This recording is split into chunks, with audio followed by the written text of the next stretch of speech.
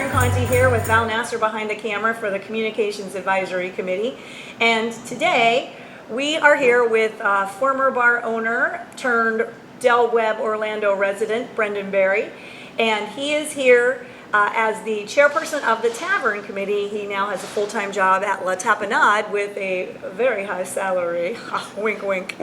So Brendan, welcome and thank you so much for spending time with us today. Thanks for asking me.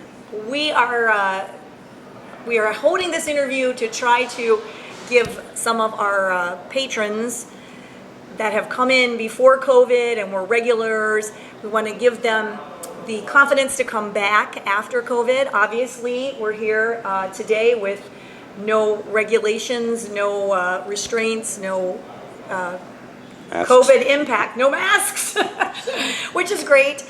And just wanted to find out what's been going on in the past year since COVID hit. So give us an update on that. Well, it's been a long time since the 12th of March when we closed up in 2020.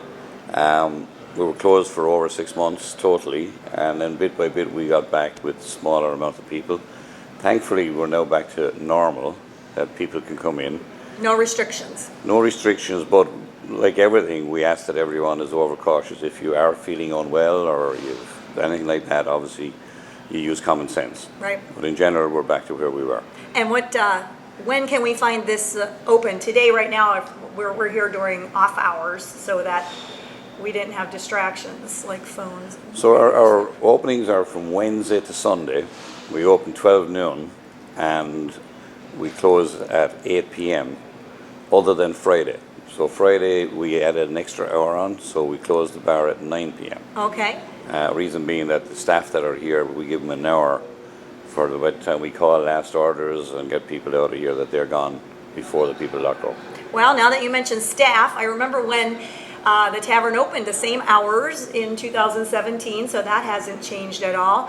I remember the Friday nights we were able to get an extension, which was great, having it open longer because sometimes there's entertainment. We'll get back to that. But talk to me about the staff. You mentioned staff, and we'd like to share with everybody actually how this place is operated. Okay, so we run out one full-time staff. One? Which is one person is full-time. That's one. Marilyn.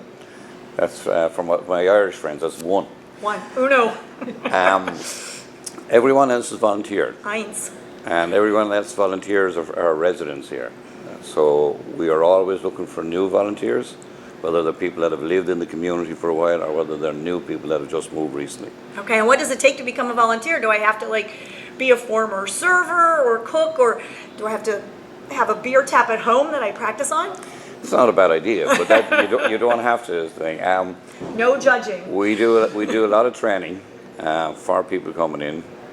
We will be doing more training going forward because you just mentioned with COVID, a lot of our volunteers have not been here for a good few months. Oh, they probably need a refresher course. Refresher that's is in the works at the moment. We actually have one organised that we're going to start doing as in from June on. We'll have 2 refresher courses per month for anyone that needs to come and would like to come. But in addition to that, if you've already volunteered here and you just want to come in, there's no issue in coming shadowing someone or organising it with Marilyn. Awesome. And what kind of an obligation are you asking people for? Like on a monthly basis, how many hours would they have to serve you? Well, the ideal scenario, we would love to get someone that's going to maybe do 4 shifts a month, but we don't have it. Someone does 1 shift. 8-hour shifts? Brendan? No, when I say shifts, I'm glad you brought that up. Our shifts are 3-hour shifts. So for example, we do 12 to 3, 3 p.m. to 6 p.m. and 6 p.m. to 9. So and then Friday we have an extra hour, so we do a 7 to 10 shift. Now, do these people all work for free, or do they sneak a drink here and there? They work for free as their volunteers, but as an appreciation, they get a volunteer token. Ah, nice. Which they can exchange for a drink or for food. Right. Now, it seems that most of that is still the same as it was before COVID. For the new neighbors that didn't know about that, get with us here at the tavern, anybody that's working behind the bar, and ask them if you're interested how to become a volunteer, and they'll get you set up for the next. Is there a training, what's the word I'm thinking of? Training course. So yes, our next training course is on the Wednesday the 3rd of June, if I can recollect, and we have that's at 2 p.m. and we have one in the evening then on the 18th of June. Is that like the recruitment where if you're just interested in learning a little bit more about it, you just come in on that No, June those 3rd? two that I just mentioned are the actual Okay. courses, but taking your point with your timing is perfect. We have on Tuesday the 25th of May, which is very, very shortly, an appreciation day for our volunteers. Or so when I say a day, it's on at 6:30 at night, goes to 8:30.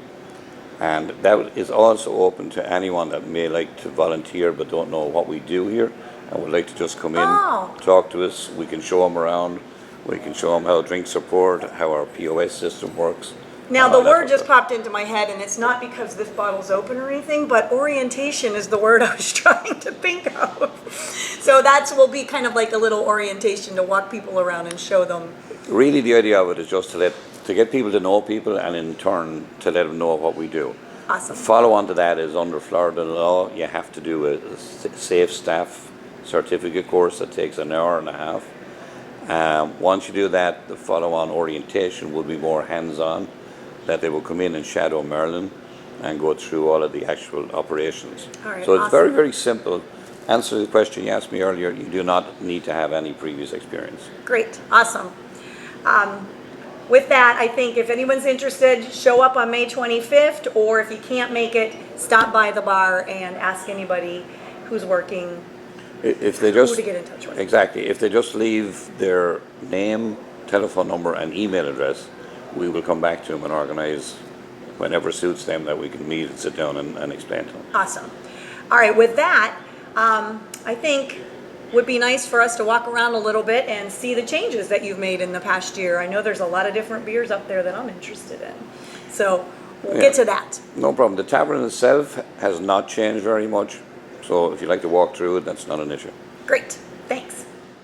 Okay, so now that we've gotten off the bar stools, we're going to walk around a little bit and see what's been changed here, see what is still new, and introduce some of our new neighbors to the way things actually operate here in the tavern. Take us in the kitchen, Brendan, or pseudo kitchen, as sometimes we like to call it. People often come in and don't know what's in behind the store, so this will be a very, very good exercise in people understanding that sometimes they might have to wait a little bit longer than we'd like. But if you come this way, I can show you exactly what we have. Awesome.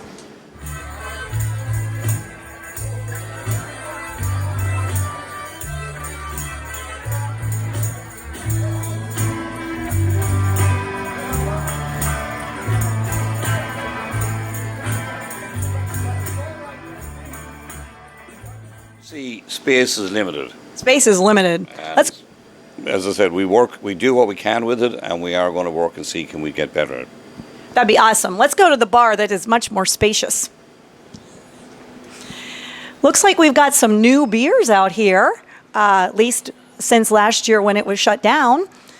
Val's, I'm sure, zooming in right now as we're speaking. Now, all these draft beers, they come in one size, correct? Yes, that's one of the changes. They used to do a 16 ounce and a 22 ounce, and we felt that there was no need for what we sell and what we do. It was easier because we changed our glasses from plastic glass to real glass. Yes. So we have 16 ounce for the beers, and then we bought our wine glasses are 10 ounce, and our glass as well. So tell me, how you guys cleaning the glasses? It's not back in that kitchen, right? No, again, with the small bit of space we have, thankfully someone, when they opened in 2019 or 17, whenever it was, 17. got a good Ecolab. When I say Ecolab, it could be any of them, but got a good dishwasher. We are looking at probably changing that fairly soon. It's starting to run its course, but we don't have an issue with it cleaning the glasses. Excellent. Well, so anybody that was ever in doubt, there's a lot of steps that are taken, and we also have inspections here, if I'm not mistaken. We have regular health inspections. Just in the last 9 months, we've had 2. They come unannounced, and they go through all of the health and safety.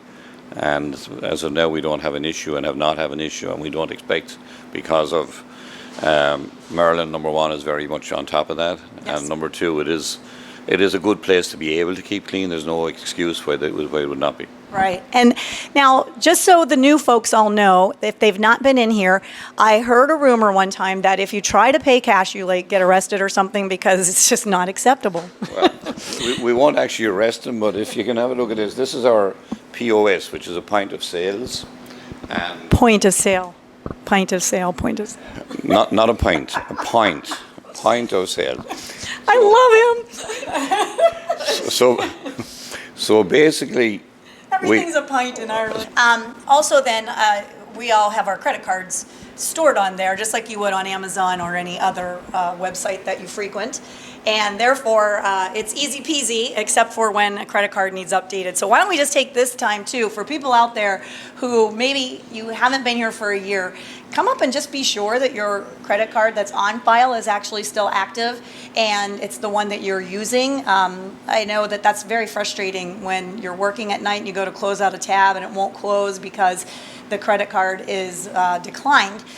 So that would be a really good thing for everybody at home. You guys come up and check that out. So to answer the first question, which will make it very simple, we don't take cash. Right. And there's a lot of reasons for that, and we as a committee prefer there's no cash involved. So the simple thing is that anyone here that's a resident, just come in with their credit card.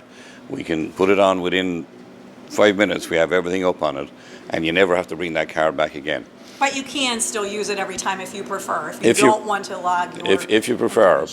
And at the end of the night, we automatically, when we close off the tab, an email goes to the person. So it's not that you don't know what's being charged, and you see that on a daily basis. Right. It makes it much easier for everyone. Good point you make about a lot of people that may not have been here for the last few months. Just check the card. If it's out of date, just bring it in, and all we do is swipe it, and you're back up to date again. Awesome. So the only thing I think we haven't touched on is the actual special events that happen here, and if maybe we could talk a little bit about karaoke, a little bit about NFL Sundays when they come back in the fall, and things like that. So on the NFL, we have 7 TVs here, and most of the sports, if someone wanted them, from 12. Hockey now. Hockey is coming with a lot of different things. So at the NFL, they do the ticket here through the HOA, and we show all the games here, and that's on. But taking a regular week, Wednesday night, in the tavern, we now have, how would I say, it's like a fun entertainment. For example, this Wednesday night, we have old school bingo. Old school bingo. It's with the balls with and the cage, balls and the collar. And we have residents call, and I called it once, but unfortunately they never asked me again. I'm not sure. I think I said 33 and a third, but I think the pint of that was they couldn't understand you. And when we don't have bingo on a Wednesday, we then have, moving on from that, when we don't have bingo, we would have team trivia. Right. So that's Wednesdays. Thursday, we would have Tap TV, which for anyone that doesn't know what it is, it's on all of our TVs. It's on the 7 TVs all at once. You have an app on your own phone. It gives the question, and you have... Yeah, many categories of different trivia. Yep. Exactly, and multiple choice. And you pick A, B, C, or D. And then the winner at the end of the round of 12, locally here in Del Webb, will get a stamp on one of our cards. And if you get 10 stamps, you get a free drink. So it's entertaining. People like it.